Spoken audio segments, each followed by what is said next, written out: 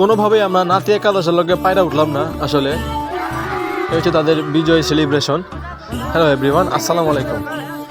বরাবরের ন্যায় আজকেও আমরা দাদা নাতি একটা খেলা আপনার আয়োজন করেছিলাম আমাদের জনগর গ্রামের সকলে মিলে। আসলে এই হচ্ছে অবস্থা।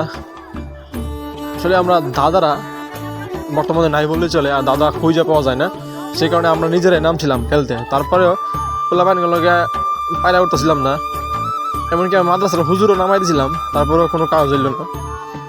পোলাপান এত ভালো খেলে, এত দম, আসলে আমরা হ্যাঁ পারি নাই। শেষ ম্যাচ 1-0 বলে হাইরা গেলাম। তো পোলাপানে খুব আগ্রহ আছে খেলাধুলার প্রতি, এটা হচ্ছে মেন কথা। তো আগের মতো জমজমাট এখন আর হয় না। দাদানাতির খেলা ইনশাল্লাহ এটার প্রস্তুতি ম্যাচ ছিল, সামনে একটা বড় আয়োজন করে খেলা হবে। আলহাজ বদুল হক জনগণ মহেশপুর উচ্চ বিদ্যালয় মাঠ প্রাঙ্গণ। এই মাঠটা এখন বর্তমানে পুরোপুরি খেলার উপযুক্ত আছে, আপনারা চাইলে খেলাধুলা করতে পারেন বিকালবেলা।